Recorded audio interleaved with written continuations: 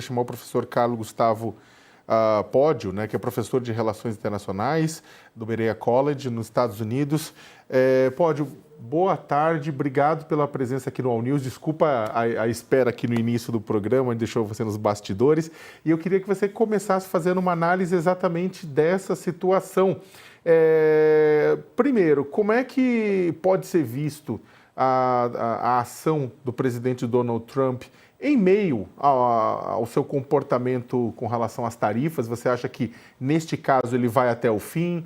Ou ele está fazendo isso para pressionar uma negociação econômica, para tentar abrir, derrubar tarifas do Brasil, abrir mercados? Essa dimensão política, né, dessa pressão política vai fazer com que ele vá até o fim, independentemente da negociação? Boa tarde. Então, você está sem som, eu não sei se é aí ou é aqui, na verdade. Tenta, agora fala de novo. Está me ouvindo agora? Agora estamos ouvindo, era uma questão aqui. Pode começar, Maravilha. Obrigado. Boa tarde, então, Sakamoto, colegas, quem nos assiste. De fato, né, enfim, acho que a gente já olhou esse dado diversas vezes, né? O Brasil representa um dos maiores superávites que os Estados Unidos têm com qualquer país do mundo, né? Você olha os 10 países que os Estados Unidos têm o maior superávit comercial, o Brasil vai estar lá na posição 6 e 7, né? 6 mais ou menos nessa posição, ou seja, o Brasil contribui para que o déficit que os Estados Unidos têm com o resto do mundo seja menor por conta do seu superávit com o Brasil. Então essa é a primeira questão. Isso nos leva a crer que, de fato, a questão comercial, aqui puramente falando, faz pouco sentido, né? O que nos leva a duas hipóteses, né? Uma é a hipótese puramente política, ou seja, que se de fato o Donald Trump está fazendo uma pressão por conta da situação do Jair Bolsonaro no Brasil. Se isso é verdade, então nós estamos diante, temos que dar nome aos bois, estamos diante de uma sanção. Quer dizer, quando você utiliza pressões, ferramentas econômicas para pressionar estados para que mudem a sua política, o nome disso é sanção. Isso é o que os Estados Unidos faz com o Irã, faz com a Venezuela, faz com a Rússia. O problema é que Irã, Venezuela e Rússia, além de serem autocracias, são países que não têm uma história de amizade, né? Uma história de proximidade que o Brasil tem com os Estados Unidos. É histórico isso, né? Da Segunda Guerra Mundial foi o único país da América do Sul a mandar tropas na guerra, né? E desde então tem tido relações bastante próximas, amistosas com os Estados Unidos, né? Claro, com altos e baixos, mas relações geralmente amistosas é considerado um aliado. Então, estamos vendo aqui uma sanção contra um aliado, contra uma democracia e contra uma das maiores democracias do mundo. Essa é uma questão. Há uma outra hipótese, que me parece que também deve ser investigada, que isto tem a ver com uma pressão das chamadas Big Techs, né? As empresas de tecnologia nos Estados Unidos, com as quais o Trump tem relação bastante positiva, se sentem maltratadas pelo ordenamento jurídico brasileiro, enfim, para as questões que são discutidas no Brasil, e, portanto, seria uma forma de pressionar para que o Brasil desse mais liberdade para essas empresas operarem no Brasil. Então, de qualquer forma, o que me parece que é o mais distante aqui é a questão econômica. Vamos destacar, lembrar que o Brasil foi o país mais taxado de todos. Ele mandou cartinha para todo mundo, para a série de países. O Brasil é o que recebeu a maior taxação, 50%. Então tem alguma questão aí que me parece relevante. Uma outra hipótese, que eu finalizo para não ficar muito longo, que estamos tentando. É sempre difícil entender o pensamento do Donald Trump. Mas a gente tenta dar algum grau de racionalidade. Na minha área, que é a ciência política, eu acho que tem uma outra área aí que é da psiquiatria, né, que daí não corresponde muito à minha especialidade, mas que acho que deve ser também falada, né, narcisismo, etc., que deve ser tratado, mas não é bem a minha área. Mas tem uma outra área que eu acho que é a questão do medo que o Donald Trump tem do dólar perder centralidade como moeda de reserva internacional. O Lula citou isso no encontro dos BRICS.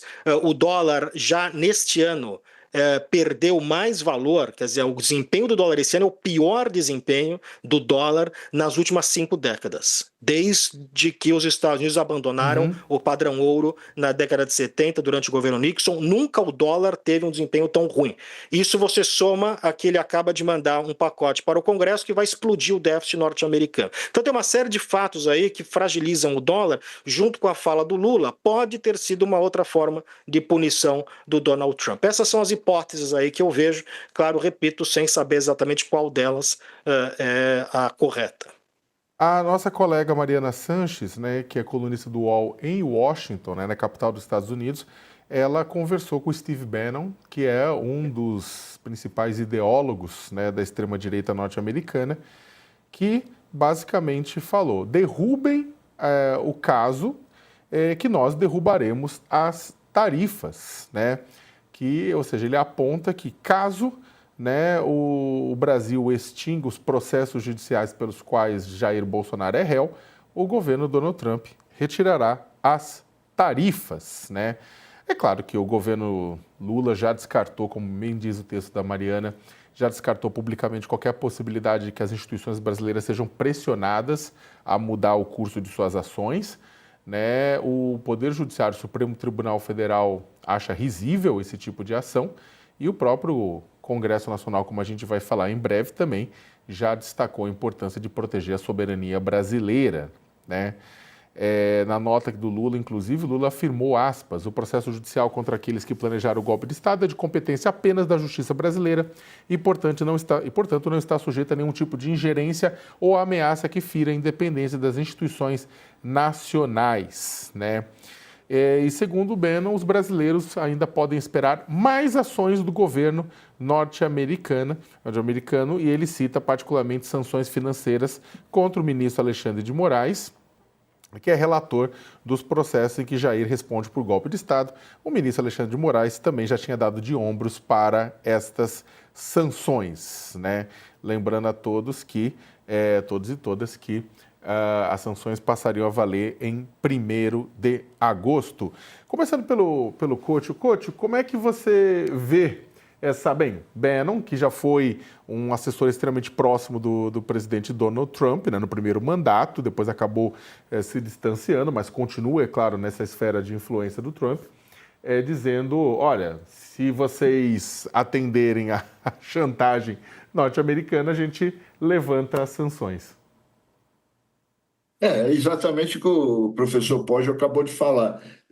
Aí, no caso, não é só uma sanção. O que ele está fazendo é uma tremenda de uma chantagem. Hoje, o editorial do Estadão, brilhante, mostrou que são métodos mafiosos que estão sendo usados tanto pelo Trump como pelo Bolsonaro. Não é possível que ele quer que o presidente da República do Brasil anule um julgamento no Supremo. Isso não existe. Sabe, ele pode mandar, o Trump pode mandar na justiça americana, ele faz o que quer lá, mas aqui não. Agora, eu queria fazer uma pergunta para o professor, que é o seguinte: a lei de reciprocidade, o que o Brasil pode fazer? Porque se o Brasil taxar os produtos americanos importados aqui, isso é um fator que vai pressionar a inflação, assim como as tarifas aplicadas ao Brasil vão inflacionar os produtos nos Estados Unidos, né? O que seria possível fazer? Uma coisa que eu ouvi falar hoje, que estão pensando em fazer, é taxar pesadamente as big techs, que é uma das motivações do Bolsonaro, do Trump, para fazer essa taxação de 50%. Você vê alguma possibilidade disso? Seria esse um caminho de resposta ao governo americano? Perfeito, há caminhos aí, né? Antes, só assim, para falar do Stephen Bannon, né? Derrubamos quem? Quem que o Stephen Bannon representa no governo Trump? O Stephen Bannon, ele não faz parte do governo Trump, né? Como você mesmo falou, Sakamoto, ele foi enxotado do governo Trump no primeiro mandato e hoje ele é simplesmente aí um ideólogo, né? E claro, para ele essa pauta é uma pauta importante, mas ele não fala em nome do governo Donald Trump. Então essa é uma questão que a gente tem que olhar de forma separada, né? Sobre a questão da reciprocidade, coach, é claro, o Brasil não seria inteligente apenas você colocar tarifas, por exemplo, sobre maquinário que importa dos Estados Unidos, que isso encareceria, esse maquinário encareceria a cadeia produtiva brasileira. As alternativas são aquilo que a gente chama, no contexto da OMC, Organização Mundial do Comércio, de retaliação cruzada. Ou seja, você não faz retaliação exatamente na mesma questão de produtos específicos. O Brasil pode, por exemplo, retaliar, e o Lula chegou a mencionar sobre isso, questão de patentes farmacêuticas, por exemplo, né? Que é uma área do setor de serviços. Outra questão é a questão de remessas de royalties de multinacionais norte-americanas, que o Brasil também poderia fazer algum tipo de ação nesse sentido. Então, há formas do Brasil responder que sejam além, ou seja, vai ter que ser criativo nesse sentido, e os nossos diplomatas que têm muita experiência com o regramento da OMC, apesar de que a OMC, estou citando a OMC porque é onde a gente tem essas regras que o Brasil pode aplicar, mas a OMC está completamente sucateada, né, pelo governo Donald Trump, que todas essas ações que o Trump toma são ações contrárias ao ordenamento da OMC, né, que foi a Organização Mundial do Comércio, patrocinada, sustentada pelos Estados Unidos, né, primeiro como GATT a partir dos anos 40 e depois como OMC a partir de 1995 e destruída pelo Donald Trump. Mas então as possibilidades que o Brasil tem são retaliação em outros setores que não simplesmente aumentar as tarifas para os produtos importados, americanos importados para o Brasil, setor do serviço, royalties, etc. E aí entram os Big Techs também. E também as Big Techs como outra possibilidade, sim. Letícia, quer comentar? Professor, o senhor estava falando sobre essa questão dos BRICS, né? Do peso que a cúpula dos BRICS teve agora aqui no Brasil, e essa aproximação do bloco, essa união do bloco, pode ter tido de impacto na decisão do Trump de anunciar essa taxação. Eu tenho algumas questões, porque assim, essa moeda, essa ideia do BRICS de instituir uma moeda alternativa ao dólar para fazer as transações comerciais também demoraria anos para ser implementada, não seria uma coisa para agora, uma coisa para um futuro, para um dia acontecer. Então, que o Trump, ele, de fato, até pelo caráter dele, pelo que a gente conhece dele, né, ele já olha e fala, bom, eu vou usar uma retórica para já matar essa história desde o começo, mesmo que isso não seja uma coisa para agora. Também por o Trump ser uma pessoa tão expressiva da maneira como ele se ele quisesse falar sobre o BRICS, ele também não falaria, não, devido à posição do Brasil e tal, eu vou taxar o Brasil por causa dos BRICS e não por causa do Jair Bolsonaro, porque eu vejo ali também, eu entendo essa questão de trazer o bloco econômico, que deve ter tido um peso, com certeza deve ter deixado ele insatisfeito, mas ele fez isso só com o Brasil, não fez isso com os outros países do BRICS. Mas tem a questão dele com a família Bolsonaro, que ele coloca ali na primeira linha da carta, por causa do julgamento do Bolsonaro. E eu queria te ouvir um pouquinho mais sobre isso. Perfeito, por isso que eu acho que é uma confluência de fatores. Veja, a questão dos BRICS não é a moeda dos BRICS, a moeda dos BRICS é algo que, enfim, está completamente fora do horizonte, né? E se houver uma moeda dos BRICS, vai ser a moeda chinesa, né? Não vai ser a moeda dos BRICS, né? Que é o que a gente tem visto. O dólar, ele tem gradualmente perdido centralidade. Ele ainda é hoje a moeda mais importante, mas no que se sustenta. Outro dia o Lula falou, não sei porque que o dólar é a moeda internacional. Bom, tem fatores, né, que tornam o dólar a moeda internacional.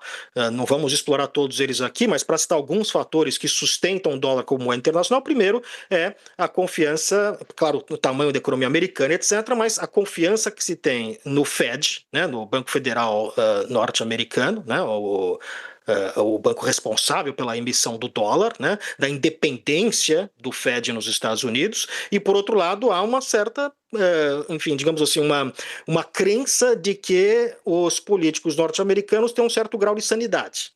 Acho que essas duas coisas estão sumindo, né? Acho que a questão da sanidade me parece que está desaparecendo e o Trump tem feito algumas ingerências no Fed, tem dito que o Fed tem que baixar os juros, tem dito que o próximo presidente vai ter que baixar os juros, e isso causa uma preocupação muito grande, né? Se você começa a ter ingerência de presidente americano no Fed, isso é uma das questões, o Federal Reserve norte-americano, isso é uma das questões que tende a causar problemas para o dólar.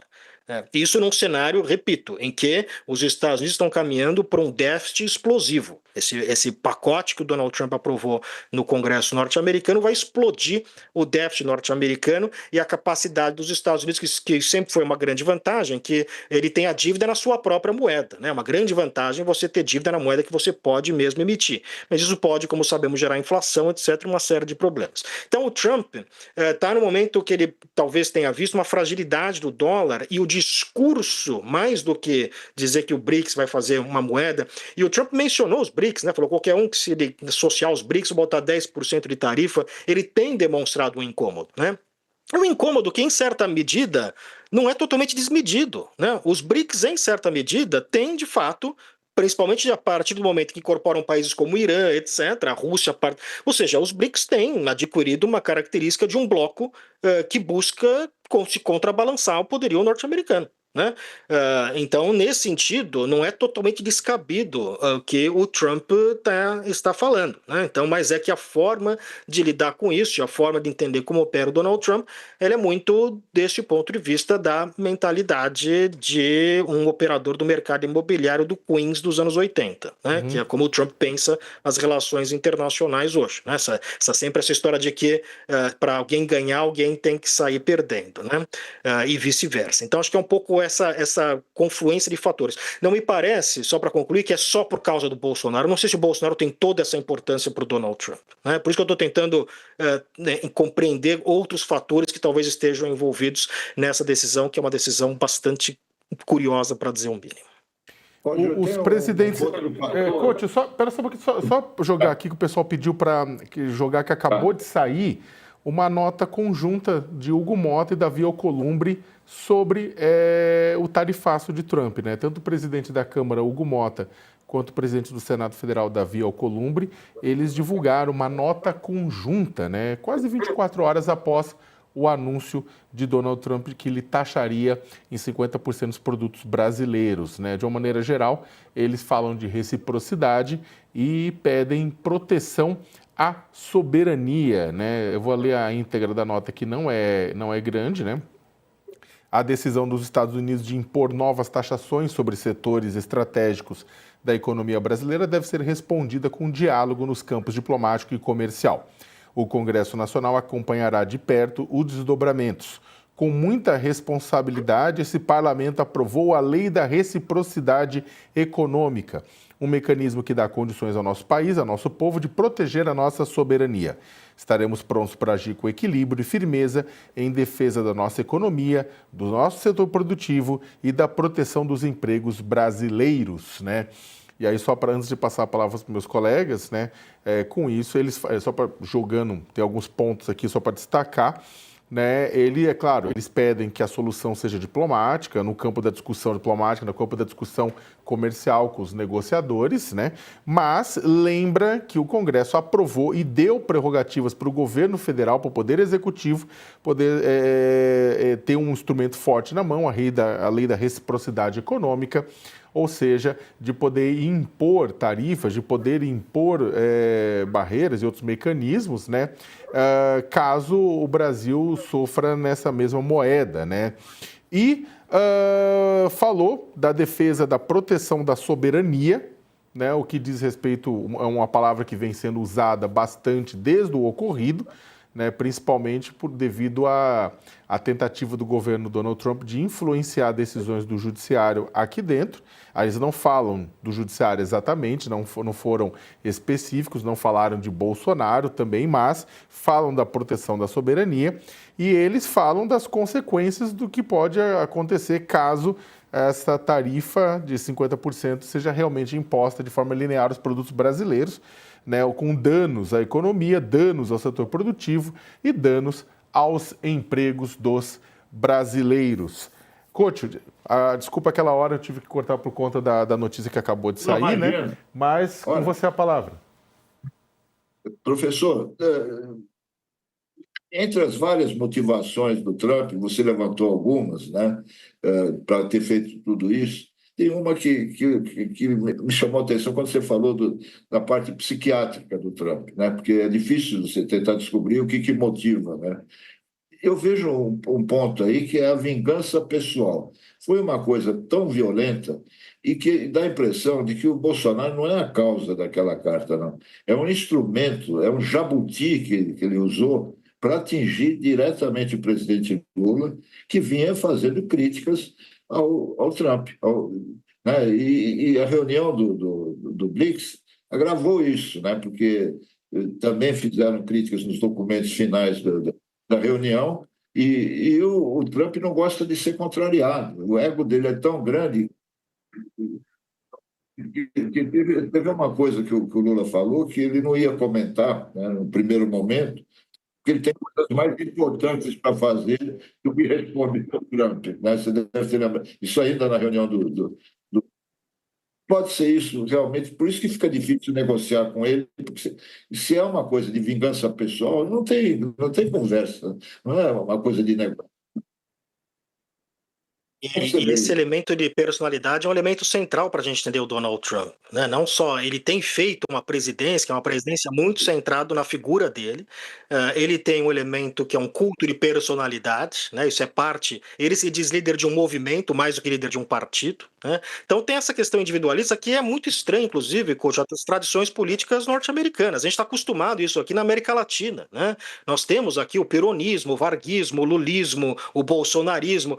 Agora nós temos o trumpismo nos Estados Unidos, que é uma coisa que não costumávamos ter, né? Por quê? Porque é um país de instituições fortes que, portanto, não é focado em indivíduos. O Donald Trump subverte essa regra. Eu costumo dizer que o Donald Trump, esse é um dos, inclusive essa coisa de tarifar todo mundo, a gente pode botar várias questões do Donald Trump que remete a um processo de latino-americanização da política norte-americana. Né? O Trump vira uma espécie de um caudilho, coisa que a gente está muito acostumado aqui, e focado nessas questões pessoais, e aí vem também a vingança, como você mencionou o Estadão que fala de táticas mafiosas, né?